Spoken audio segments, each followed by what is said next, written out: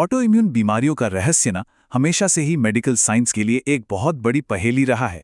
जरा सोचिए, क्या हो अगर शरीर का अपना ही रक्षा तंत्र यानी हमारा इम्यून सिस्टम, जिसका काम हमें बीमारियों से बचाना है, वही अचानक हमारे पाचन तंत्र के खिलाफ जंग छेड़ दे। ये एक ऐसी स्थिति है जो शरीर के अंदर ही एक ना खत्म होने वाला संघर्ष पैदा कर देती है। आज के इस एक्सप्लेनर में हम इसी बेहद जटिल और रहस्यमयी विषय की गहराई में जाने वाले हैं और इन्फ्लेमेटरी बाउल डिजीज यानी आईबीडी के विज्ञान को पूरी तरह से डिकोड करने वाले हैं। तो आइए बिल्कुल बुनियाद से शुरू करते हैं। ये इन्फ्लेमेटरी बाउल डिजीज, जिसे हम आमतौर पर आईबीडी कहते हैं, आखिर है क्या? देखिए, ये कोई ऐसा इन्फेक्शन नहीं है जो एक दो दिन में ठीक हो जाए। ये एक क्रोनिक यानी लंबे समय तक चलने वाली सूजन की बीमारी है जो सीधे हमारी आंतों को निशाना बनाती है। और अहम बात यह है कि ये सिर्फ खराब खान पान का नतीजा नहीं है, बल्कि ये हमारे जेनेटिक्स, इम्यून सिस्टम और हमारे पर्यावरण के एक बहुत ही जटिल मिश्रण से पैदा होती है। आईबीडी को सही से समझने के लिए हमें इसके दो मुख्य किरदारों को समझना होगा। आज की इस चर्चा का रोड मैप बिल्कुल स्पष्ट है। हम आईबीडी के परिचय से शुरू करेंगे, फिर इसके कारणों और ट्रिगर्स को समझेंगे, बीमारी की अंदरूनी प्रक्रिया को डिकोड करेंगे, लक्षणों को पहचानेंगे, उसके बाद डायग्नोसिस और इलाज के तरीकों पर बात करेंगे और आखिर में कुछ अहम जटिलताओं को समेटेंगे।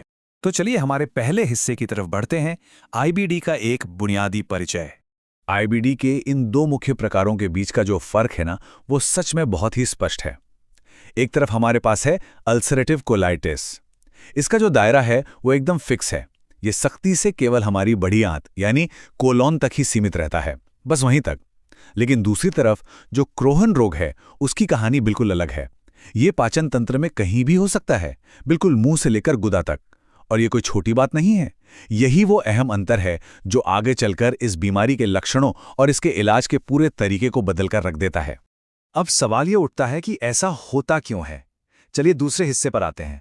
इसके कारण और ट्रिगर्स क्या हैं? इस बीमारी के पीछे का क्यों समझना बहुत जरूरी है। देखिए, इसका कोई एक अकेला कारण नहीं है। ये असल में 4 अलग अलग कारकों का एक परफेक्ट स्टॉर्म है। पहला है जेनेटिक्स।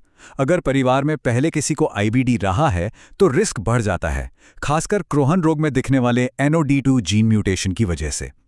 दूसरा, हमारे इम्यून सिस्टम की गड़बड़ी, जहां वो गलती से अपनी ही आंतों को दुश्मन समझकर हमला कर देता है। तीसरा फैक्टर है हमारा पर्यावरण, जैसे प्रदूषण, बहुत ज्यादा प्रोसेस्ड फूड और धूम्रपान।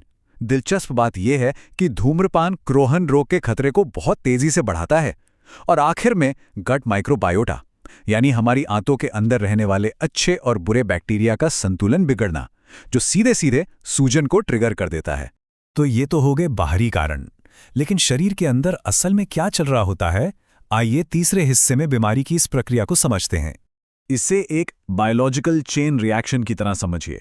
ये पूरी कहानी शुरू होती है हमारे इम्यून सिस्टम के हाइपर एक्टिव होने से।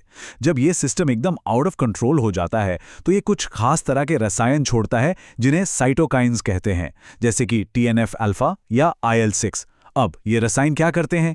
ये सीधे जाकर हमारी आंतों की अंदरूनी परत पर, जिसे म्यूकोसा कहते हैं, हमला बोल देते हैं। और यही वो डैमेज है जो आगे चलकर उस क्रॉनिक यानी कभी ना खत्म होने वाली सूजन में बदल जाता है, जिसे हम आईबीडी का नाम देते हैं। अगर हम माइक्रोस्कोपिक लेवल पर देखें ना, तो अल्सरेटिव कोलाइटिस और क्रोन रोग के बीच का अंतर बहुत ही साफ नजर आता है। इस तुलना को ध्यान से देखिए। अल्सरेटिव कोलाइटिस में सूजन सिर्फ ऊपरी सतह यानी म्यूकोसा तक रहती है और इसके घाव बिल्कुल लगातार होते हैं, बीच में कोई साफ जगह नहीं होती। लेकिन क्रोन रोग में मामला थोड़ा गंभीर है। यहाँ सूजन ट्रांसम्यूरल होती है, मतलब ये आंत की दीवार की पूरी गहराई तक उतर जाती है और इसके घाव स्किप घाव होते हैं। इसका मतलब है कि आंत का एक हिस्सा बिल्कुल स्वस्थ होगा और ठीक उसके बगल वाला हिस्सा बुरी तरह डैमेज्ड। और यही वो गहरी क्षति है जिसकी वजह से क्रोन रोग में आगे चलकर फिस्चुला जैसी गंभीर संरचनात्मक समस्याएं पैदा हो जाती हैं। तो अंदरूनी डैमेज तो हमने समझ लिया। अब आते हैं चौथे हिस्से पर, लक्षणों की पहचान, यानी मरीज असल में क्या महसूस करता है। आंतों में होने वाली इस भयानक सूजन की वजह से रोजमर्रा की जिंदगी पूरी तरह से पटरी से उतर सकती है। इसके जो मुख्य लक्षण हैं वो बहुत ही परेशान करने वाले होते हैं, जैसे कि क्रॉनिक डायरिया, यानी लगातार कई दिनों या हफ्तों तक दस्त रहना और मल में खून आना। इसके अलावा पेट में बहुत तेज दर्द होता है और बार बार टॉयलेट भागने की एक अचानक और बहुत तेज ज़रूरत महसूस होती है, जिसे मेडिकल भाषा में अर्जेंसी कहा जाता है। और क्योंकि शरीर खाने से ज़रूरी पोषण नहीं ले पा रहा होता, इसलिए बिना किसी स्पष्ट वजह के इंसान का वजन भी तेज़ी से गिरने लगता है। लेकिन यहाँ एक बहुत ही हैरान करने वाली बात है। आईबीडी का असर सिर्फ आंतों तक ही सीमित नहीं रहता। क्योंकि ये एक सिस्टेमिक यानी पूरे शरीर में फैलने वाली सूजन है, तो इसके लक्षण आंतों के बाहर भी दिखाई देते हैं, जिन्हें हम एक्स्ट्रा इंटेस्टाइनल लक्षण कहते हैं। इसमें जोड़ों में भयंकर दर्द या आर्थराइटिस हो सकता है, त्वचा पर गहरे घाव निकल सकते हैं, आंखों में बहुत ही दर्दनाक सूजन हो सकती है और हर वक्त एक अजीब सी कमजोरी और थकान महसूस हो सकती है। ये इस बात का सबूत है कि यह बीमारी असल में शरीर को कितनी गहराई से प्रभावित करती है। तो इन सब के बाद इसे पकड़ा कैसे जाए और इसका इलाज क्या है? चलिए हमारे 5वें हिस्से यानी डायग्नोसिस और मेडिकल मैनेजमेंट की तरफ चलते हैं। जब बात इस बीमारी को पकड़ने की आती है तो कोलोनोस्कोपी आज भी डॉक्टर्स का गोल्ड स्टैंडर्ड टूल है। ये आंतों के अंदर सीधे देखकर उस म्यूकोजल डैमेज का पता लगाने में मदद करती है, जिसके बारे में हमने अभी बात की, और उसी दौरान बायोप्सी के लिए छोटे से टिश्यू का सैंपल भी लिया जा सकता है। इसके साथ ही शरीर में सूजन का लेवल चेक करने के लिए ब्लड टेस्ट जैसे सीआरपी और ईएसआर और मल परीक्षण भी किए जाते हैं, ताकि बीमारी की असल गंभीरता का अंदाजा लगाया जा सके। इलाज के मामले में एक बहुत ही systematic step by step approach अपनाई जाती है। इसे एक सीढ़ी की तरह समझिए। शुरुआत अक्सर बेसिक एंटी इन्फ्लेमेटरी दवाओं से होती है, जैसे 5AS से। लेकिन अगर मामला गंभीर है और तुरंत राहत चाहिए तो कॉर्टिकोस्टेरॉइड्स दिए जाते हैं। हालांकि स्टेरॉइड्स को हम लंबे समय तक इस्तेमाल नहीं कर सकते, इसलिए इम्यून सिस्टम को शांत रखने के लिए फिर इम्यूनोसप्रेसेंट्स का सहारा लिया जाता है। और अगर इन सबसे बात नहीं बनती तो सबसे एडवांस इलाज आता है बायोलॉजिक्स। ये वो टारगेटेड दवाएं हैं जो सीधे उन साइटोकाइंस को ब्लॉक कर देती हैं जो असल में ये सारी सूजन पैदा कर रहे थे। इन भारी भरकम दवाओं के अलावा शरीर को बेसिक सपोर्ट की भी बहुत जरूरत होती है। चूंकि आंतें ठीक से काम नहीं कर रही हैं, इसलिए डिहाइड्रेशन से बचने के लिए ORS और आयरन या विटामिन्स देना जरूरी हो जाता है। लेकिन यहां एक ऐसा फैक्ट है जो सच में दिलचस्प है। देखिए, क्रोहन रोग का तो कोई सर्जिकल इलाज नहीं है, लेकिन अल्सरेटिव कोलाइटिस के बहुत ही गंभीर मामलों में अगर सर्जरी करके पूरी बड़ी आंत को ही निकाल दिया जाए तो बीमारी को पूरी तरह से ठीक किया जा सकता है। ऐसा इसलिए क्योंकि जैसा हमने शुरू में देखा था, अल्सरेटिव कोलाइटिस सिर्फ कोलन में ही होता है।